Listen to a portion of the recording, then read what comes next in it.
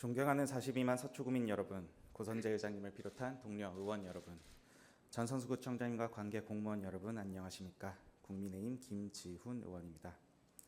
오늘 저는 세금으로 집값을 잡지 않겠다던 정부가 다주택자 양도소득세 중과 유예를 종료함에 따라 우리 서초구민 여러분께 어떤 현실이 닥칠지 구체적인 예시를 통해 이야기를 나눠보고자 합니다. 첫 번째 예시입니다. 양재동에 있는 전용면적 52제곱미터 16평의 이 아파트는 2016년 2월 5억 5천만 원에 거래되었습니다. 10년을 보유하면 현재 시세는 17억. 만약 2주택자가 지금 이 집을 매도한다면 양도차익 11억 5천만 원에 최고세율 45%가 적용되어 약 4억 5천만 원의 세금을 부담하게 됩니다. 그런데 5월 9일 이후 양도세 중과 유예가 종료되면 어떻게 될까요? 부담해야 하는 세금은 약 6억 8천만 원대로 늘어나며 무려 2억 3천만 원을 더 부담하게 됩니다. 두 번째, 전용면적 81제곱미터 24평 방배동의 한 아파트는 2016년 5억 9,900만 원에 거래되었습니다. 10년 후 시세는 25억 5천만 원, 양도차익 19억 4천만 원에 현재 기준으로는 약 8억 원의 세금을 부담합니다. 그러나 중과가 적용되면 추가 부담액만 약 3억 9천만 원이 더해져 총 12억 원이 넘는 양도세를 내야 합니다. 마지막으로 반포동입니다. 국민평형 84제곱미터의 25평 아파트.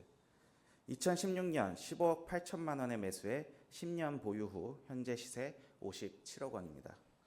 양도차익은 41억 원이 넘습니다. 현행 기준 세금은 약 17억 8천만 원.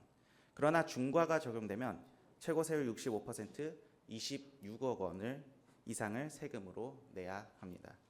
무려 8억 원을 더 부담하게 됩니다.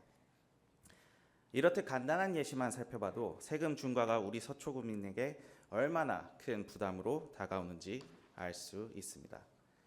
정부는 이러한 부동산 세금 정책으로 다주택자를 압박해 집값을 잡겠다고 합니다. 과연 집값이 잡힐까요? 계속해서 이 정책의 영향을 예측해 보겠습니다. 4월 15일에서 20일 사이 일시적으로 가격이 떨어지는 것처럼 보일 수 있습니다. 왜냐?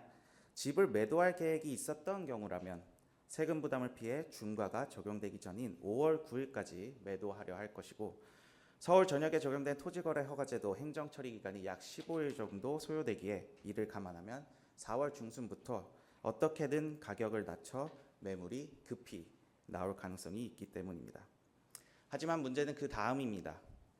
대출 제한, 토호제 등 각종 규제로 집을 살 수 있는 매수자를 찾기 어려울 것이고, 그 상태로 5월 9일 이후부터는 매도, 매수 다 어려워져 매물 잠김 현상이 극심해질 것입니다. 이미 많은 부동산 전문가들이 노무현, 문재인 정부의 부동산 정책 실패에 이어 세 번째 실패를 예견하고 있습니다. 부동산 정책은 최소 5년, 10년을 내다본 공급 정책과 실수요자를 위한 합리적 금융정책 등을 함께 고려해야 하며, 공급과 수요가 시장에서 만나 적정 가격과 거래량의 균형을 이루도록 설계해야 합니다.